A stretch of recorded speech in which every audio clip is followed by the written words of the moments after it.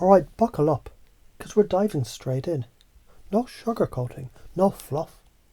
You're about to learn how to harness the dark Triad traits, the ones that everyone is too scared to talk about, and use them to your advantage.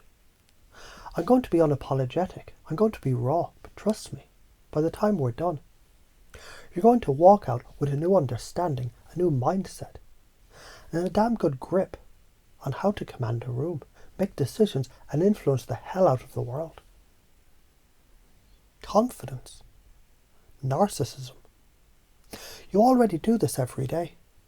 Don't even act like you don't. Think about those moments when you felt untouchable, when everything just clicked, and everyone around you noticed it. That's confidence. That's narcissism in a good way. Believing in yourself without needing anyone's permission or approval. New ways to do it. Walk into a room like it's your goddamn throne. You own that space. You stand tall, shoulders back, chest out. Don't shrink. People gravitate to that. They can feel your energy.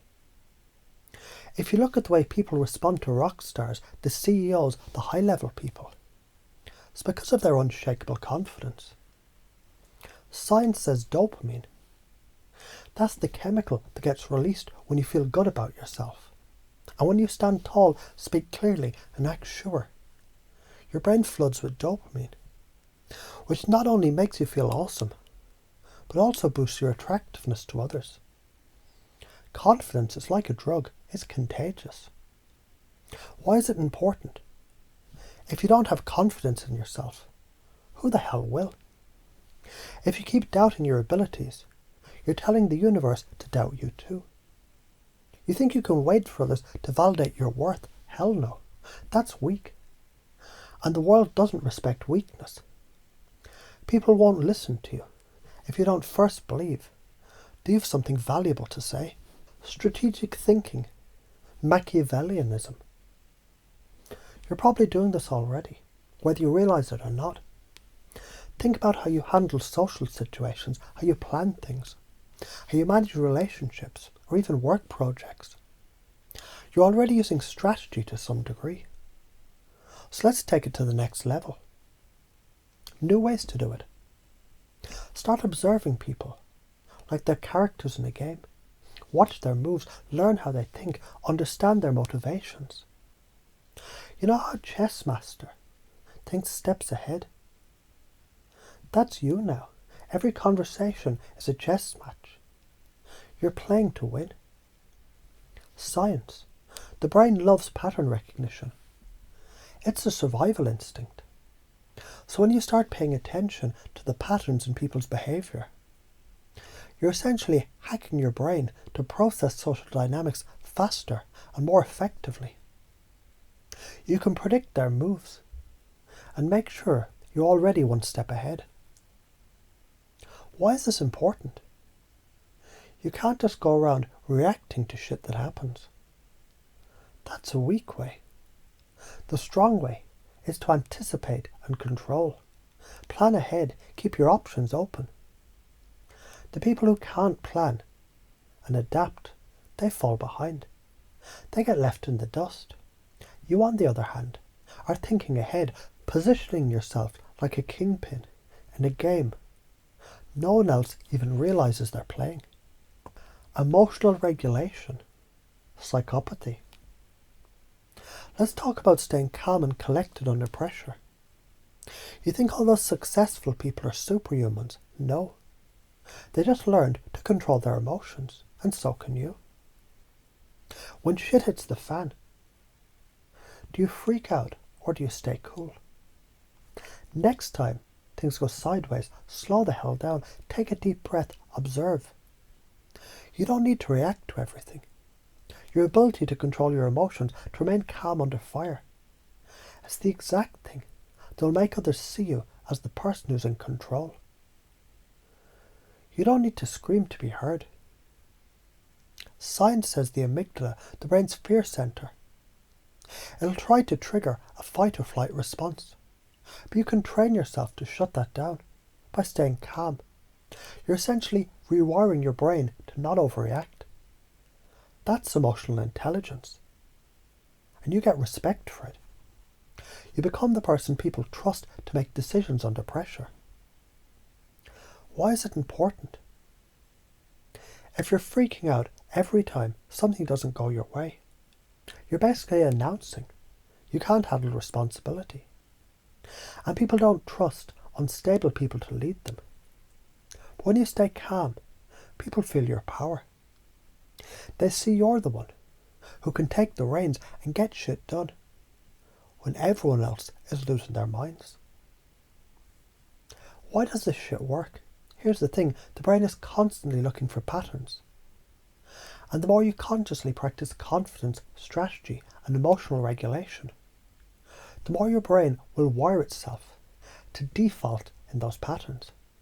Like learning to play the guitar, at first your fingers fumble, but over time it becomes second nature. And that's how you command attention without even trying. Science of the mind. You're creating neural pathways that become stronger the more you practice confidence, strategy, and emotional regulation. They aren't just nice traits to have. They're survival mechanisms. In the jungle of life, those who lack these traits, they get picked off. But you're learning how to move like a lion, calm but fierce. The fear of doing it and the karma of not doing it. Let's address the elephant in the room. You're scared. Scared of people judging you. Scared of the backlash. Scared of being seen as arrogant or manipulative. I get it. But guess what? Not doing this is its own kind of prison. If you don't step into your power, if you don't adopt these traits, you're going to keep getting the same results, stuck in the same place, feeling unfulfilled, disrespected, and overlooked. People who don't claim their confidence, their ability to think strategically, and their emotional control, they're invisible. They're followers, not leaders. It's that simple. But if you start taking shit seriously, your life will change. You'll see opportunities that were invisible before. You'll attract the right kind of people, people who respect you, who listen to you, who value your ideas. You'll go from the background noise to the person everyone wants to talk to. It's all about making a damn choice. Getting stuck in these patterns. We all have them. These nasty little patterns that keep us stuck, self-doubt, playing small, caring too much about what others think. You know how you're sometimes way too nice. How you let people walk all over you because you're too afraid to assert yourself. That's a pattern. It drains your energy, makes you feel powerless, and leaves you questioning yourself. Interrupt that shit. Break out of it. How do you break the cycle? Interrupt it with a new belief. Every time you find yourself shrinking, you flip the script. I'm not here to play small. I'm here to take up space. Notice when you're defaulting to weakness and hit yourself with the opposite belief. I'm strong. I'm strategic. I'm calm. Pacing and leading is where you take all that dark triad stuff and lead others with it. People follow those who are certain, clear and powerful. If you can pace them, match their energy, their beliefs, their thoughts, and then lead them with yours, you become the driver of the bus, not them. Example. Let's say someone's afraid of change. They're stuck, they're scared. They say, I can't do this. You don't fight them. You pace them. You say, yeah, I get it. Change is scary, but let's be real. You know what happens when you stay stuck? You're not going to get anywhere. You're going to stay right where you are. But if you take this step, everything changes. You've matched their fear. But then you've led them to see the truth. You're the one with the answers. You've used that dark triad wisdom for good. This is it, the real deal. If you want to rise, if you want to lead, if you want to dominate and command respect, then you need to start embodying the power. Not tomorrow. Not next week. Right now. You know how to do it. You know what you need to change. Don't wait. Step up and take control. and get the respect and the results you deserve.